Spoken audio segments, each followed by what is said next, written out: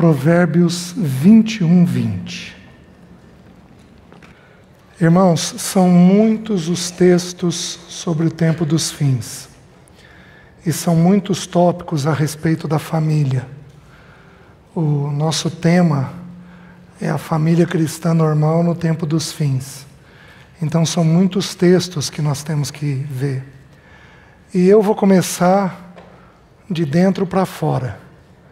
Eu vou começar olhando um texto que fala sobre a realidade de dentro de nós, sobre as questões pessoais da vida da gente. Eu vou estudar com os irmãos brevemente o texto de Mateus 25, a parábola das 10 virgens, e como isso se aplica de alguma forma às nossas vidas no tempo dos fins. Mas eu gostaria de iniciar com esse versículo antes de nós termos mais um momento de oração. Ele diz assim: tesouro desejável, Provérbios 21:20.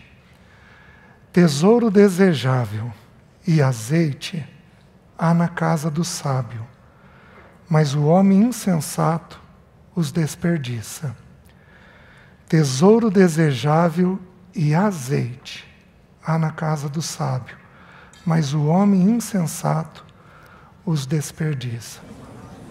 Visita os irmãos e as irmãs, visita os jovens, visita os homens e as mulheres, visita no Senhor, visita no Senhor, visita no Senhor, visita no Senhor, visita no Senhor, visita o teu povo, visita-nos, Senhor, visita-nos para a glória do teu nome. Aleluia, Senhor. Pai, nós te agradecemos pelo teu amor e a tua bondade, e te agradecemos por esse tempo na tua presença. Somos completamente dependentes do teu Espírito Santo para nos abrir os textos e ministrar ao nosso coração. Precisamos do Senhor, por isso pedimos o teu socorro e a tua ajuda. Abençoa os professores que estão com os pré-adolescentes, as crianças. Senhor, cuida desse tempo ali e as nossas vidas aqui. Visita-nos. Senhor, remove aquilo que impede a ação do teu Espírito. Remove, em nome de Jesus. Aplana os caminhos do nosso coração. Guarda, Senhor, as fontes da nossa vida, para que o teu nome seja glorificado essa noite. Eu oro em nome de Jesus. Amém. Mateus capítulo 25, do versículo 1 ao versículo 13, a palavra de Deus nos diz assim: então, o reino dos céus será semelhante a 10 virgens que, tomando as suas lâmpadas, saíram a encontrar-se com o noivo. 5 delas eram nécias, tolas, insensatas, e 5 prudentes. As nécias, ao tomarem as suas lâmpadas, não levaram azeite consigo. No entanto, as prudentes, além das lâmpadas, levaram azeite nas vasilhas. E tardando o noivo, foram todas tomadas de sono e adormeceram. Mas à meia-noite ouviu-se um grito: eis o noivo, saí ao seu encontro. Então se levantaram todas aquelas virgens e prepararam as suas lâmpadas. E as nécias disseram às prudentes: dai-nos do vosso azeite, porque as nossas lâmpadas estão se apagando. Mas as prudentes responderam: não, para que não nos falte a nós e a vós outras. Ide, antes, aos que o vendem e comprai-o. E saindo elas para comprar, chegou o noivo. E as que estavam apercebidas entraram com ele para as bodas, e fechou-se a porta. Mais tarde, chegaram as virgens nécias, clamando: Senhor, Senhor, abre-nos a porta. Mas ele respondeu: em verdade vos digo que não vos conheço. Vigiai, pois, porque não sabeis o dia nem a hora. Até aqui. Meus queridos, o tempo dos fins são tempos muito difíceis. São tempos de engano, de erro, de apostasia. Alguns poucos versículos nos esclarecem isso. Por exemplo, Timóteo diz assim: sabe, porém, isso, que nos últimos dias sobrevirão tempos difíceis. Quando Jesus foi ser julgado em nosso lugar, ele passa pelo Getsêmani. Ele diz, o livro de Lucas relata que aquela era a hora do poder dos homens e do poder das trevas. O nosso tempo, o tempo que nos está proposto de agora até o fim, são tempos de negridão, são tempos difíceis. Nós não podemos nos iludir com o que alguns irmãos dizem, às vezes ligados à política, ligados tentando mudar, estabelecer normas, leis que protejam o Evangelho, porque isso não será assim no tempo dos fins. No tempo dos fins, o pecado vai avançar e vai avançar muito. O texto de Timóteo diz que quando for retirado aquele que detém o homem do engano, o homem que vai enganar a todos nós, então toda a nação, todas as nações, todas as terras serão constantemente enganadas. O tempo dos fins é tempo em que nós, inclusive, seremos tentados a sentir coceira nos ouvidos para ouvir um evangelho que abrande os nossos corações, que acalme os nossos corações, porque são dias de muito horror. Dias de muito horror.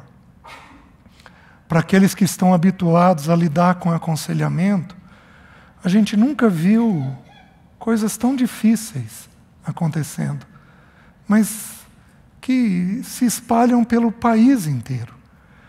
Desesperos tão grandes dentro das pessoas. E esta é uma jornada que nós teremos que fazer até que Ele venha buscar a sua igreja. Nós teremos que fazer individualmente, teremos que fazer em casal, louvado seja o nome do Senhor, porque a palavra de Deus diz que é melhor serem dois do que um, porque tem melhor paga do trabalho.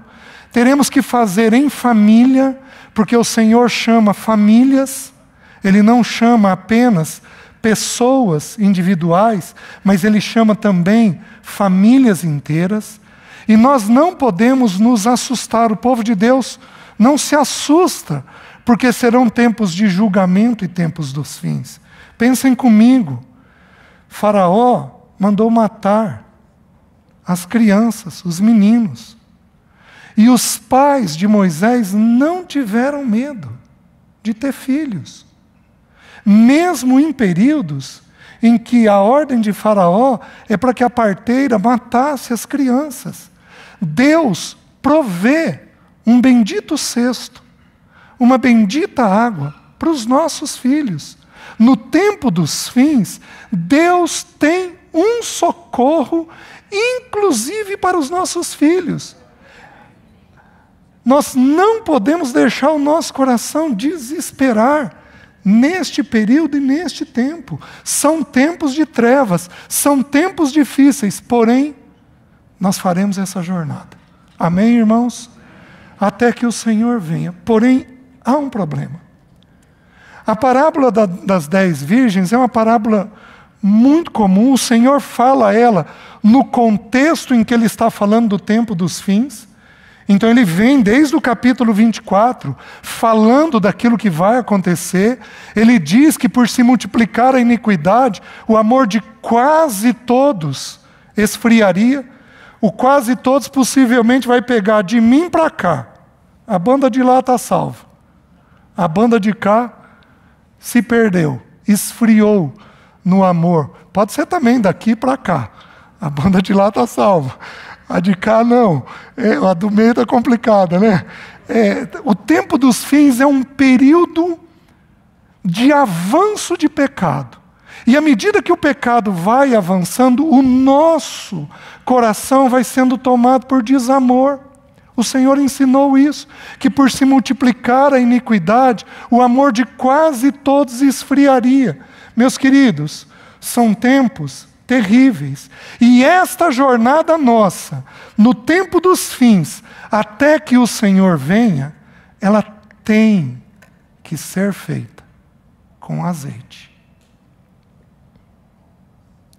Ela não pode ser feita sem azeite. É um ensino simples. Por isso, antes de começar a falar sobre casais, sobre família, eu gostaria de abrir algumas famílias que viveram no tempo dos fins. Eu gostaria de começar com o nosso próprio coração. Então a palavra é para você, mulher, é para você, homem, é para você, jovem. A palavra não é para o vizinho. A palavra não é para o teu marido. A palavra não é para a tua esposa. A palavra é para nós individualmente. A parábola das 10 virgens conta a história de 10 virgens. Ele começa dizendo, então, o reino dos céus. Nós sabemos, muito rapidamente, que reino dos céus é diferente do reino de Deus. O reino de Deus se estende do início ao fim. É um reino sempiterno. Ele não teve início e não teve fim. Ele pertence a Deus. Ele vai longe. Ele não teve início e ele não tem fim. Ele existe muito antes do planeta Terra ter sido criado. Muito antes de Deus ter criado o Jardim do Éden, colocado Adão e Eva. O reino de Deus vai de eternidade a eternidade. Mas o reino dos céus é um ensino diferente nas Escrituras. O reino dos céus vai de quando o Senhor desceu a essa terra até quando o Senhor entregar o reino ao Deus e Pai, de acordo com 1 Coríntios 15.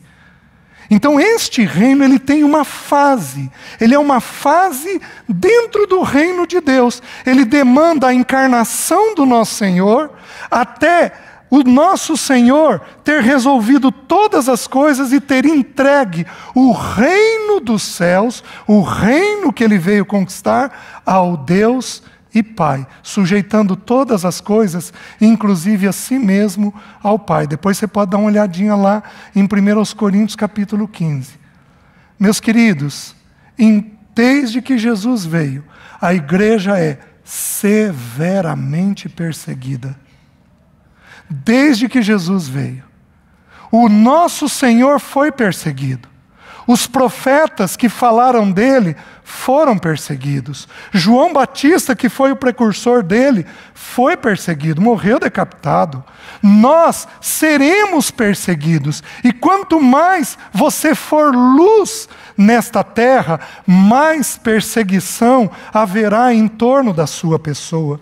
Jesus nos disse assim no livro de João: o mundo me odeia porque eu revelo que as suas obras são más. Não tem jeito de vivermos um testemunho nesse período agora sem que a nossa vida seja odiada das pessoas. Nem sempre dos ímpios. Muitas vezes, dentro da própria igreja, nós teremos problemas. Por quê? Porque são tempos de fins. Então ele diz que o reino dos céus é semelhante a 10 virgens. Nós também sabemos que a virgem, de acordo com 1 Coríntios 11:2, revela a igreja. Então toda vez que uma virgem for mencionada nas Escrituras, ela tipifica a igreja. Quando nós estudamos as parábolas, nós temos que entender uma coisa simples. A parábola tem um ensino central. Qual é o ensino central da parábola das 10 virgens? Algumas eram prudentes e algumas eram tolas, eram nécias. Nós só podemos interpretar algo a mais numa parábola quando nós temos clareza de outros textos que nos deem base para poder fazer aquela interpretação. A questão das virgens é muito fácil, é muito simples. Por quê? Porque o texto bíblico, Paulo diz: mas eu zelo por vós, com zelo de Deus, para vos apresentar como virgem pura a um só esposo, que é Cristo o Senhor. Então, as 10 virgens falam da igreja. E, meus queridos, nesta parábola, há 2 classes de irmãos dentro da igreja. Que irmãos são esses? Alguns são nécios e alguns são tolos, alguns são prudentes. O que são nécios? Nécios são irmãos, a palavra nécio significa tolo.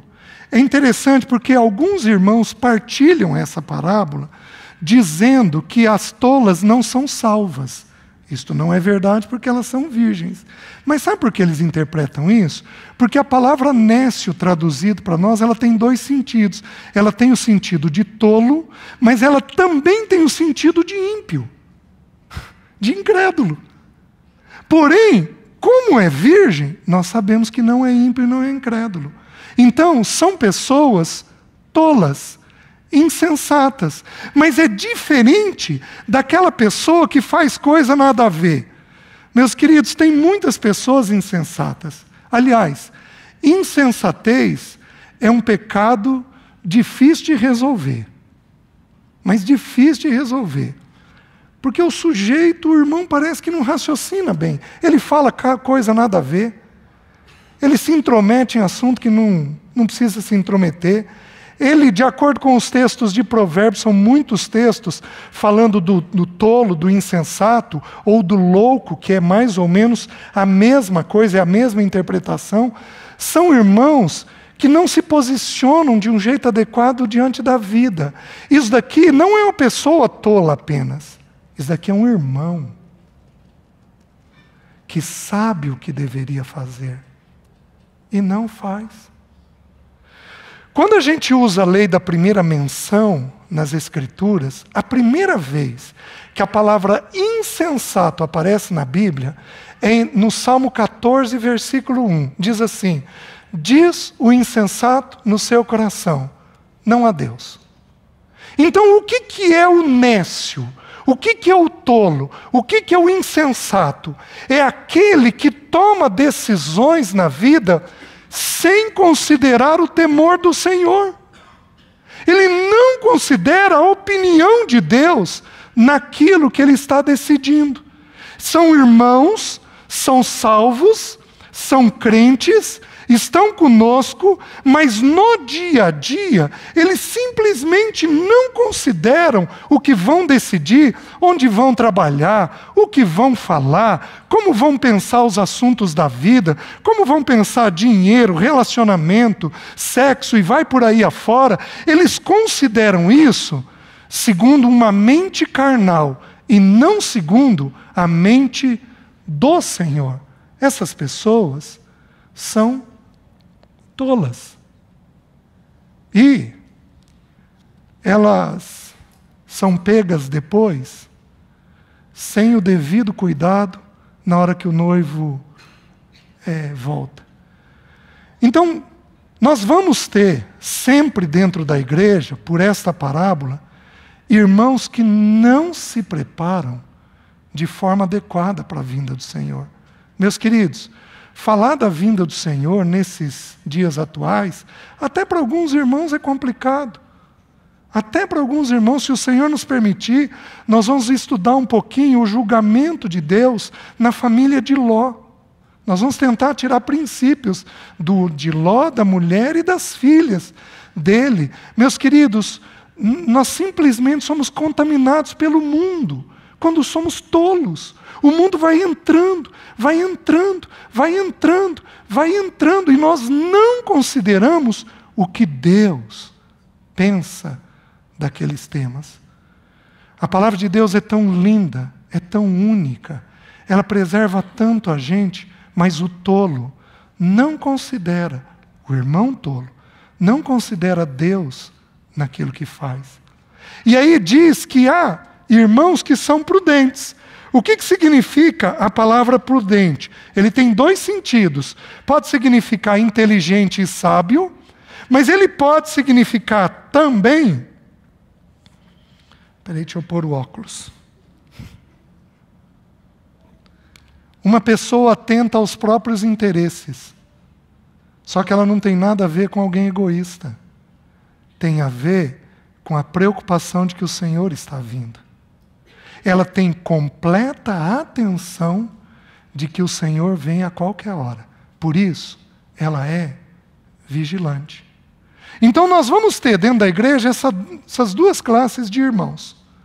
Nós vamos ter dentro das famílias cristãs essas duas classes de irmãos. Às vezes nós temos um homem que é sábio e nós temos uma mulher que é insensata. Jó. O que a mulher dele falou? Olha a tua condição. Amaldiçoa Deus e morre. Olha a resposta dele. Procedes como uma louca. Sabe o que é a palavra louca? Insensata. Tola. Procedes como uma louca qualquer. Então, às vezes, nós vamos ter nas casas dos irmãos homens prudentes e mulheres tolas. Mas nós podemos, às vezes, ter até o inverso. Lembram de Nabal e Abigail? Davi, quando elogia ela, elogia a prudência dela. Porém, Nabal significa o quê? Tolo.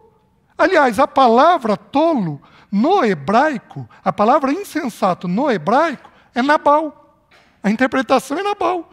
Ele é a encarnação da insensatez. Aquele homem completamente insensato, tomando decisões à revelia, sem parar, sem considerar. Nós podemos, meus queridos, ter famílias nessa condição. Nós podemos ter filhos insensatos, que são irmãos, salvos nossos, porém, também são insensatos. O que nós fazemos? Nós olhamos a parábola e aprendemos com ela.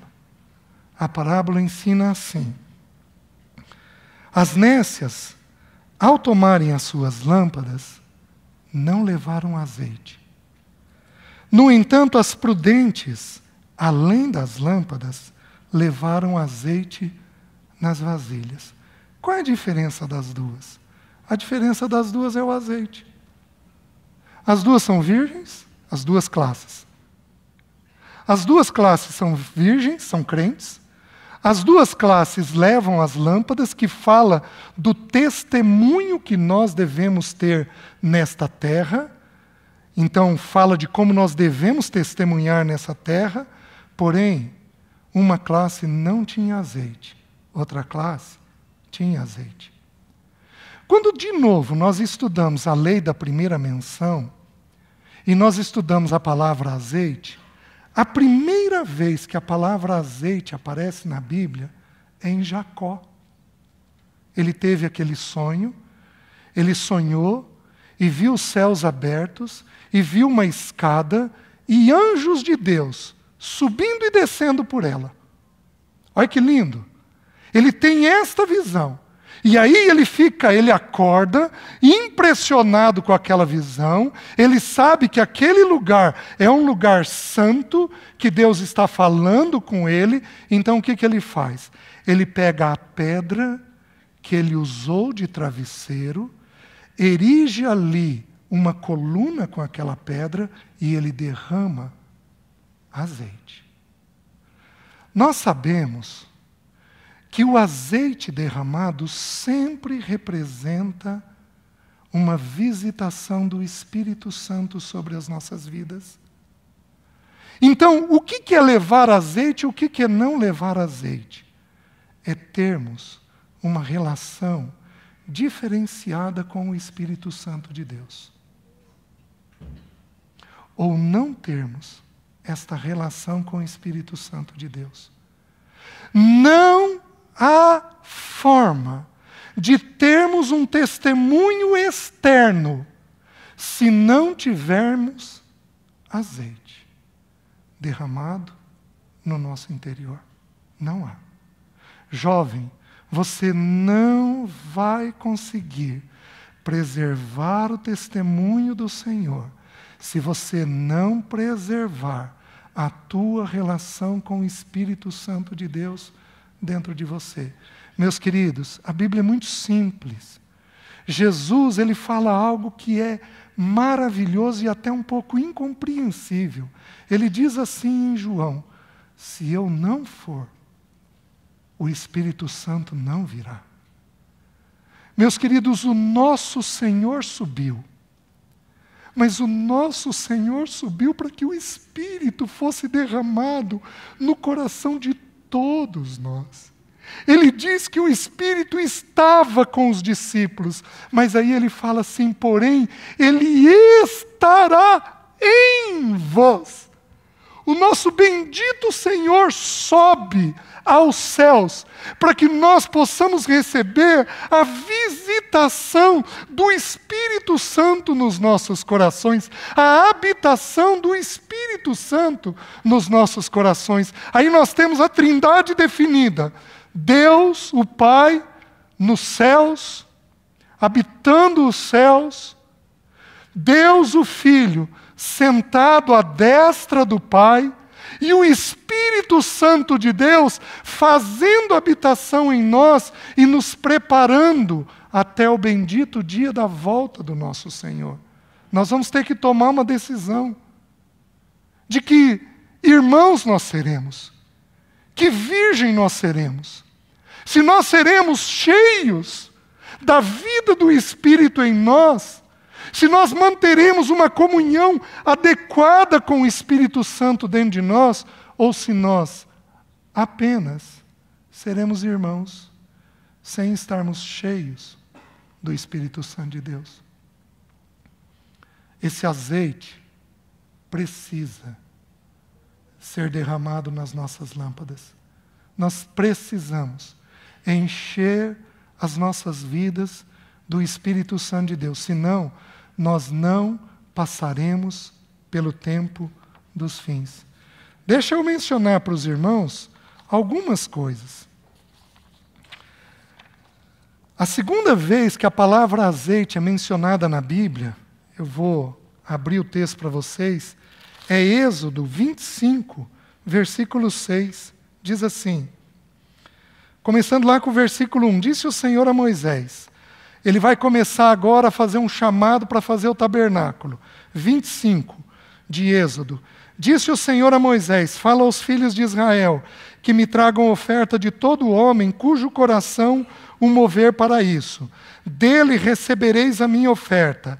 Esta é a oferta que dele recebereis: ouro, prata, bronze, estofa azul, púrpura, carmesim, linho fino, peles de cabra, peles de carneiro, tintas de vermelho e peles finas, madeira de acácia e azeite para a luz. Você não tem condições de dar um testemunho se você não for cheio do Espírito. Deixa eu fazer uma pergunta. Você pecou por alguns dias seguidos contra a sua casa? Homem, deixa eu perguntar para você. Você andou pecando contra a sua casa por um período seguido? Vamos colocar aí um mês. Deixa eu ensinar uma coisa simples. Sabe o que faltou naquele mês? Enchimento do Espírito. Porque a regra é simples. Se eu sou cheio do Espírito, eu não dou vazão para a obra da carne. Se eu sou cheio da carne, eu não tenho o Espírito me enchendo naquele momento. É tão simples. Quantos períodos de pecado nós passamos, meus irmãos? Se eu olhar para trás, foram períodos e mais períodos de pecado. O que deveria ser a vida normal de um irmão, de uma irmã, de um marido, de uma esposa, de filhos, o que deveria ser a vida normal? De vez em quando, ter uma luta com o pecado. Isso é o normal. Quando passamos um período extenso, especialmente depois que passamos a juventude. Porque na juventude ainda vamos lutar muito. É normal. Mas depois que passamos a juventude, meus queridos, o pecado deveria ser uma coisa esporádica. na nossa vida. Mas por que passamos por períodos a fio em pecado? Porque não mantemos uma vida cheia do Espírito. Simplesmente não preservamos. Por isso, não há luz, não há testemunho. Nós temos a lâmpada, somos a lâmpada, temos um testemunho para dar, porém não conseguimos dar este testemunho porque a vida do Espírito não está nos enchendo. Vejam a terceira menção, ainda em Êxodo, Êxodo 27, versículo 20. Vejam o que diz lá. Ordenarás aos filhos de Israel que te tragam azeite puro de oliveira, batido, para o candelabro, para que haja lâmpada acesa continuamente. Meus queridos, o assunto é tão sério de sermos cheios do Espírito, o assunto é tão sério diante de Deus, que Deus prometeu para si mesmo que nunca faltaria lâmpada acesa na presença dEle. Nunca. Você pega talvez a época mais tenebrosa de testemunho da nação de Israel, que foi a época que Elias estava profetizando. Meus queridos, ele fala para Elias, Elias, eu reservei para mim 7.000 que não dobraram o joelho a Baal. Meus irmãos, eu não sei que decisão você vai tomar, mas a primeira vez que eu ouvi falar do remanescente de uma igreja dentro da igreja, a primeira vez que eu ouvi falar disso, eu tomei uma decisão pessoal. Eu disse para o Senhor, Senhor, me ajuda. Mas não faz sentido eu viver se não for para ser uma lâmpada na tua presença. Os irmãos estão entendendo? Não há.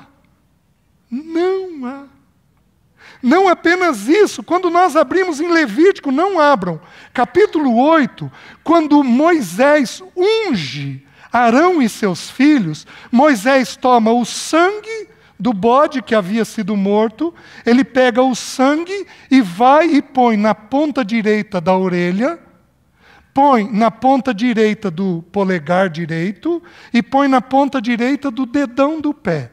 Olha a evolução. O que o Espírito está nos ensinando? O sangue, de acordo com Hebreus, nos fala da remissão de pecados. Então, nosso ouvido vai aprender a filtrar o que é pecado e o que não é. Nossas mãos vão poder tomar a decisão do que é pecado e do que não é. Nossos pés vão poder tomar a decisão do que é pecado e do que não é. Nós temos condições disso. Eu ouço, eu decido e eu caminho. Eu ouço, eu decido e eu caminho. Porém, meus irmãos, alguns versículos na frente, o versículo diz que Moisés pega o óleo e esparge sobre a roupa de Arão e seus filhos. A roupa nos fala do quê? Das obras nossas. Apocalipse nos ensina isso, que a noiva estava adornada de linho finíssimo, que são as obras dos santos. Meus queridos, homem, para você dar um testemunho de amor, de paciência, de graça, de tolerância, para você dar um testemunho firme e sólido de graça para sua esposa, que é o que nós devemos dar. Se o Senhor nos permitir, nós vamos ver que Noé, que foi uma família que passou pelo tempo dos fins, que Noé foi cheio da graça do Senhor. O único jeito de termos graça e podemos ter plena aceitação pelos nossos, pela nossa esposa, pelos nossos filhos, é se Deus aspergir óleo na nossa roupa. Falta-nos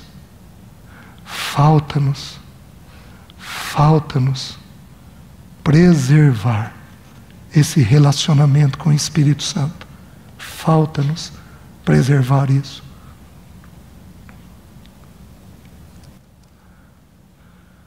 Não tem jeito de uma mulher suportar esse tempo, não ser atraída ao mundo. Não tem jeito, se não for por uma vida cheia do Espírito. Então nós temos que tomar uma decisão muito simples. De que jeito nós vamos viver este período dos fins? Aí nós vamos um pouquinho mais no texto. Volta lá.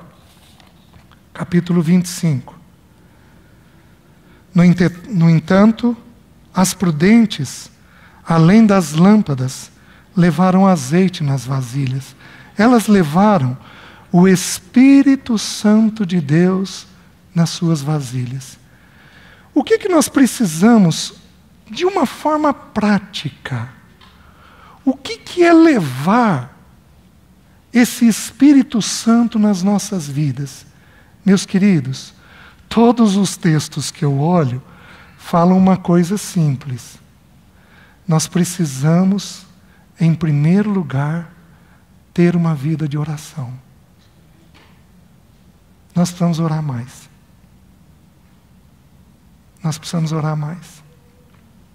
Nós precisamos orar mais. Nós precisamos orar mais em família. Nós precisamos orar mais como casais. Eu tenho um grande amigo. Ele mora muito longe. Talvez nós nos falamos 2, 3 vezes por ano. Mas eu sou grato a Deus porque ele e a esposa dão um testemunho. Eles oram todo dia, juntos. Todo dia, juntos. Que ministério. Eu sei que minha vida está coberta por ele. De tempo em tempo, Deus comunica algo a ele sobre a minha vida. E ele me liga. César, e daí? Estou ouvindo tal coisa. O que é isso? É assim mesmo? Não é? É isso que o Espírito está comunicando comigo? Vocês querem ver? Vamos dar uma olhadinha de quando o Espírito Santo desceu sobre algumas situações. Vocês querem ver a primeira? Vamos olhar o nosso Senhor. Nós sabemos, pelo livro de Mateus, capítulo 3, o texto de Mateus diz assim, que o Senhor Jesus foi para ser batizado. E aí João falou com ele, Senhor, eu que preciso ser batizado pelo Senhor, e o Senhor vem a mim. Ele diz, não importa, vamos cumprir o que a lei diz. E ali diz que ele foi batizado, e o Espírito Santo de Deus desceu como pomba sobre a vida dele. Certo? Mas vejam o que Lucas descreve. Abra lá, Lucas capítulo 3. Lucas descreve o mesmo momento, o mesmo. Olha como é que Lucas descreve. Vejam, meus irmãos, o que é levar um relacionamento com o Espírito Santo de Deus para o tempo dos fins. Olha o que diz. E aconteceu que, ao ser todo o povo batizado, também o foi Jesus. E estando ele a orar, o céu se abriu e o Espírito Santo de Deus desceu sobre ele em forma corpórea. Meus queridos, nós precisamos de mais oração. Porque quando nós oramos, o que o Espírito faz? Ele desce sobre nós. Vocês querem ver os discípulos? Um texto muito conhecido. Abram em Atos, capítulo 1, versículo 4. Desculpe, versículo 14. Diz assim, todos estes perseveraram unânimes em oração com as mulheres, com Maria, mãe de Jesus, e com os irmãos dele. O que aconteceu logo depois? O Espírito Santo vem sobre eles. Meus queridos, eu não sei qual a tua origem. Eu já passei por alguns grupos de irmãos. E eu já vi movimentos pentecostais, já vi coisas dentro das Escrituras, fora das Escrituras. Porém, é muito simples. Você quer ser cheio do Espírito? Se dedique um pouco mais à oração. Não uma oração religiosa. Não uma oração religiosa. Não uma oração para doutrina. Não faça isso. Aqueles irmãos que estudam em demasia precisam decorar João 7,17. Lá diz assim: aquele que quiser fazer a vontade do Pai, conhecerá a respeito da doutrina. Sabe qual é o jeito correto de nós crescermos em doutrina? É buscando a vontade de Deus. Se o nosso coração não for sujeito à vontade de Deus, a doutrina que for depositada em nós, por mais correta que seja, vira um perigo. Porque ela não procede de uma vida quebrantada. Quantos irmãos, todos nós já conhecemos, que tiveram uma vida excepcional de estudo, de conhecimento, mas ficaram com um cabeção desse tamanho e com um corpinho deste tamanho. Por quê? Porque tinham conhecimento, porém aquilo não decorria de conhecer a vontade de Deus de uma vida, de uma forma pessoal, íntima. Precisamos ir ao nosso Pai em oração, mas nós precisamos ir de forma devocional. Precisamos ir num relacionamento de um filho com o Pai, onde todo dia a gente tem prazer de ouvir aquele cochicho do Pai no nosso ouvido. Quem de nós, por mais velho que seja, não ama o abraço de um pai ou de uma mãe? Meu pai faleceu há 16 anos.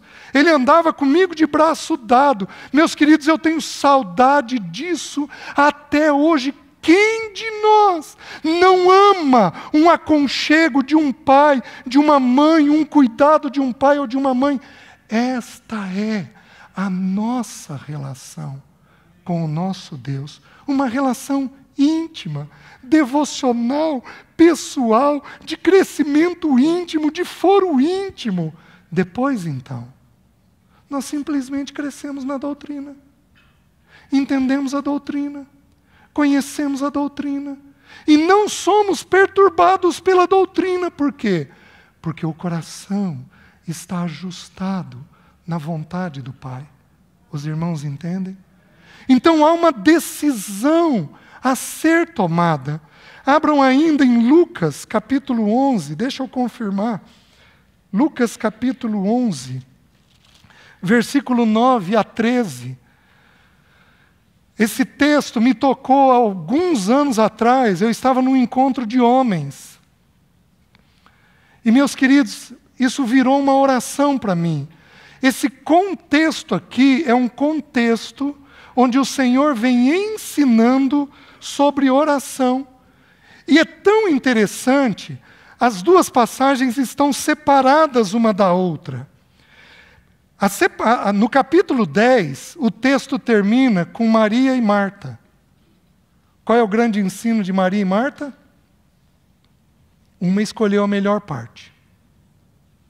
Você tem que tomar uma decisão. Você vai ser nécia ou prudente. E aí o Senhor inicia uma sequência falando a respeito de oração. Então ele primeiro ensina a orar, aí ele ensina a oração do Pai Nosso. Depois ele conta a parábola do amigo inoportuno, de bater sem cessar, nos ensinando a constância que nós devemos ter a respeito da oração. É interessante que eu pulei ali no Pai Nosso, o Senhor ensina a orar 3 coisas dele e 3 nossas. Pai nosso que estás no céu, santificado seja o teu nome, venha o teu reino, seja feita a tua vontade. 3 coisas dele e 3 nossas, que nós precisamos cuidar diariamente. Sabe quais são? Agradecer pelo pão. Se brincar, tem alguns de nós que nem oramos mais nas refeições. Tem famílias que perderam essa prática. Oh, meus queridos, o texto é tão claro. Agradecer pela refeição, mas não só isso. Tem mais 2 coisas que nós deveríamos orar diariamente. Livra-nos do mal. Porque Satanás arma contra todos nós ciladas diárias. Ele é incansável no propósito dele de destruir o testemunho nosso com o Senhor. E a terceira coisa é orar por perdão. Porque se você quer uma coisa que nos afasta de um bom relacionamento com o Espírito Santo de Deus, é crítica. Alguém aqui é crítico? Não levanta a mão, não. Hoje, você já criticou?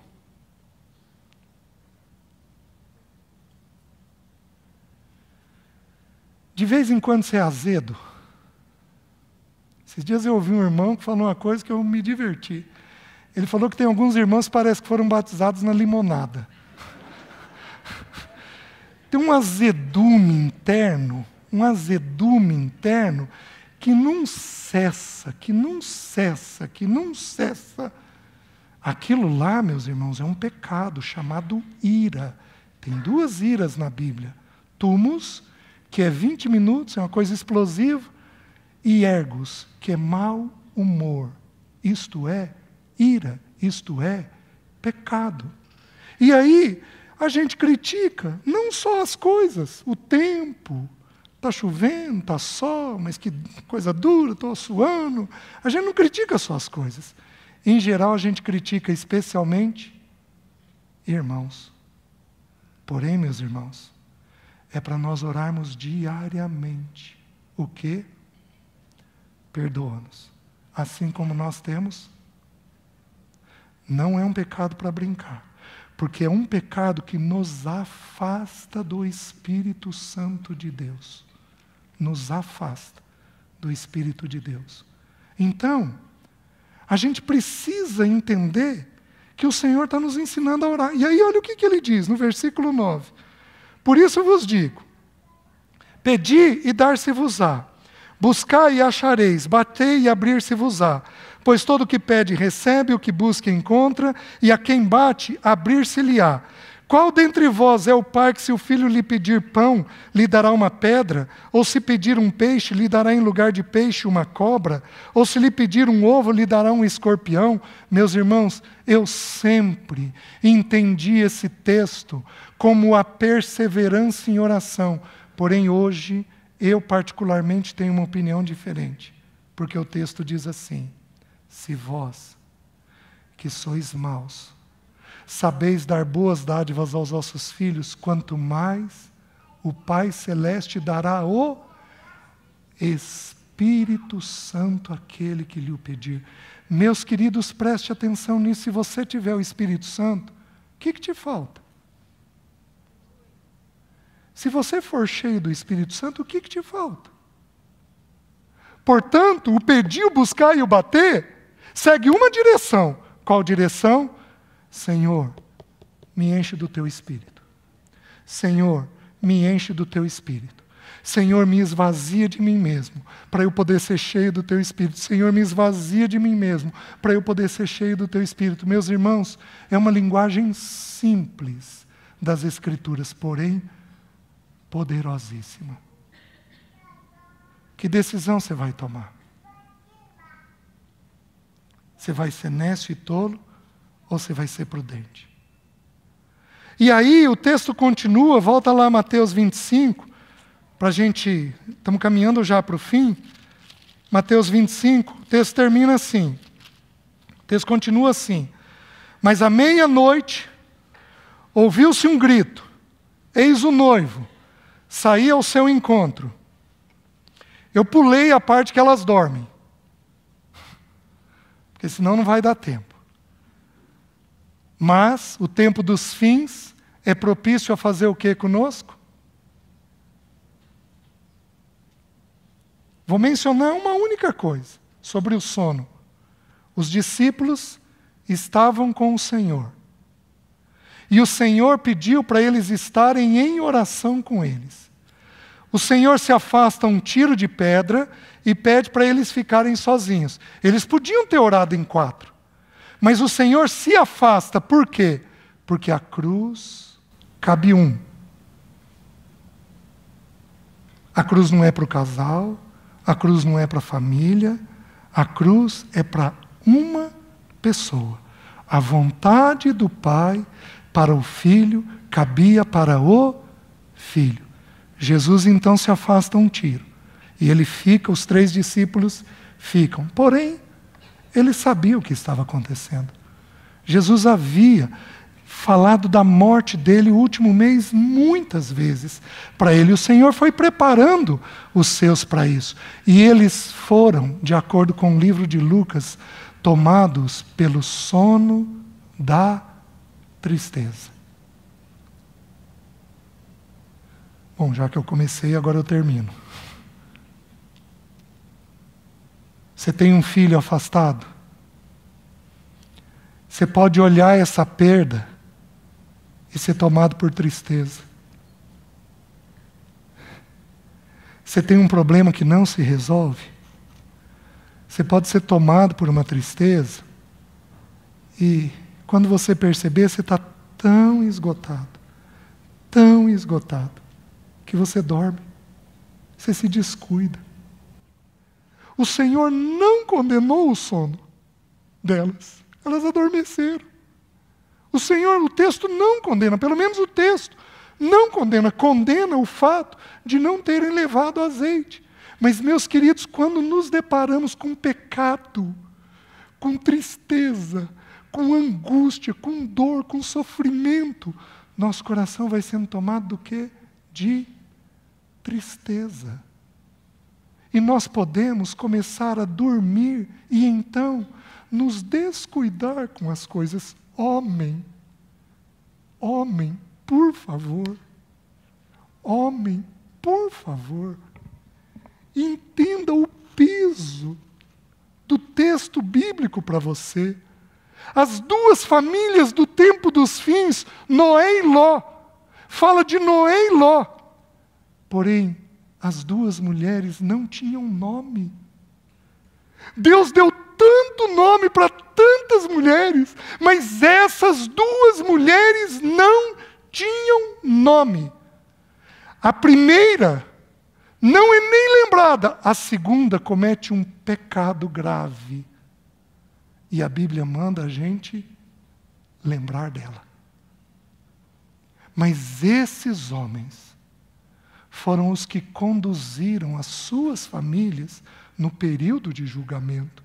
Não que as mulheres não tenham peso, se o Senhor permitir, eu quero abrir como é que a mulher, a mãe, a esposa, procede no período do fim. Mas, homem, entenda que quando a Bíblia conta histórias sobre as famílias no tempo dos fins, a Bíblia põe em destaque os homens. Chega de dormir. Chega de dormir. Desperta, ó tu que dormes, e Cristo te iluminará. Sabe onde esse texto está escrito? 3 versículos antes de dizer que é para nós sermos cheios do Espírito. 3 versículos antes. Depois ele vai dizer que é para nós não nos embriagarmos com vinho no qual há dissolução, mas sermos cheios do Espírito Santo. Homem, nós temos que tomar uma atitude pessoal. Se nós vamos ser nécios ou se nós vamos ser prudentes nesse tempo dos fins. Aí então, o noivo chega. E aí diz o versículo 6, mas à meia-noite ouviu-se um grito, eis o noivo, saía ao seu encontro. Então se levantaram todas aquelas virgens e prepararam as suas lâmpadas. E as nécias disseram às prudentes, dai-nos do vosso azeite, porque as nossas lâmpadas estão se apagando. Mas as prudentes responderam, não, para que não nos falte a nós e a vós outras, e diante aos que o vendem, e comprai-o. Meus queridos, o relacionamento com o Espírito Santo de Deus, ele é intransferível. É curioso que a bênção de Deus não. Deus, quando abençoa uma pessoa, quem cerca aquela pessoa também é abençoado. É impressionante. Aquelas pessoas que estão em volta também crescem com aquela pessoa que é abençoada. Vocês lembram de Salomão? Lembram quando a rainha de Sabá foi visitá-lo? Lembram que ela falou? Bendito és tu, Salomão, pela sabedoria que Deus te concedeu. E benditos são os que estão perto de ti para provarem de tudo aquilo que você vive. Você pega Abraão. Abraão, ele enriqueceu. Quem que enriqueceu junto com ele? Ló. Porque a bênção de Deus, ela enriquece, não apenas aos seus, mas a quem está perto de você. Mas, meus queridos, o relacionamento com o Espírito Santo de Deus é único e é intransferível. Dá-nos do teu azeite. Não tem condição. Você precisa comprar. E eu quero encerrar com essa palavra. Tem preço o relacionamento com o Espírito. Tem um preço. O Espírito Santo não pode encher o que é cheio. Então, o primeiro custo é o esvaziamento. Se você quer viver o tempo dos fins, você tem que se esvaziar. Vou dar um exemplo. No seio familiar. Muitas vezes as nossas esposas falam conosco sobre alguma coisa. O que nós homens fazemos? Damos um jeitinho de torcer a conversa e culpamos elas. Irmãs, estou certo? Amém? Sabe o que é isso? Falta de esvaziamento. Você deveria, no mínimo, perguntar assim: querida, é isso e isso que você está tentando me falar? É. Então eu vou orar sobre isso, para ver se Deus está nisso. Como é que vamos levar uma vida familiar assim? Mas não é só homem, não. Tem muita mulher que é intratável. Tem muita mulher que é obstinada, que é determinada, de um jeito errado. É curioso, mulher, você é forte. Não perca uma vírgula da tua força. Só que preste atenção no que eu vou dizer. Se você for forte no que é errado, você é obstinada. E isso é como pecado de feitiçaria. Porém, se você for forte naquilo que o Senhor tem, você é obediente. Então, a mesma característica da força pode te levar para um ponto ou para outro. Você tem que decidir. Não perca a tua força. Considere para onde você vai canalizar ela. Então, tem um preço. O primeiro preço é o preço do esvaziamento. E junto com o esvaziamento, está tudo descrito lá no texto de Filipenses 2, a partir do versículo 5. Junto com o esvaziamento, vem o segundo preço. Qual que é? A humilhação. Você precisa se abaixar. A palavra humilde significa aquele que se abaixa. O terceiro preço, e aqui nós começamos a ter um problema mais grave, porque esses outros dois são de foro interno, mas o terceiro já é um pouco de foro externo. Não há vida com o Espírito sem tempo na palavra e na oração. Porque nós amamos aquilo que nós damos tempo. Nós damos tempo para aquilo que nós amamos. A primeira característica de você ser cheio do Espírito é que você tem desejo de estar na palavra e na oração. Ide e comprai.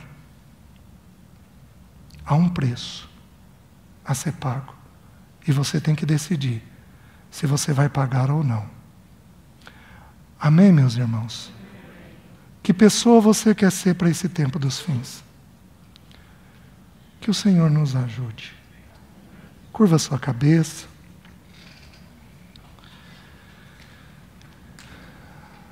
Senhor, tem misericórdia de nós. Tem misericórdia de nós. Perdoa-nos porque temos sido carnais. Perdoa-nos porque não temos nos enchido do Teu Espírito. Senhor, nos perdoa. Nos arrependemos, Senhor, porque temos sido noivas nécias. Temos sido virgens tolas. Ó Senhor, nos perdoa. Senhor, nos visita, nos dando o entendimento dessa relação com o Teu Espírito. Nos ajuda, Senhor, a sermos cheios dEle, a andarmos nele, a recebermos uma porção maior da parte dEle. Senhor, visita as nossas vidas, visita os homens que estão dormindo e desperta eles. Fortalece aqueles homens que têm mantido uma vida contigo. Visita as irmãs que têm vivido com tolice, atrás de tantas coisas inadequadas.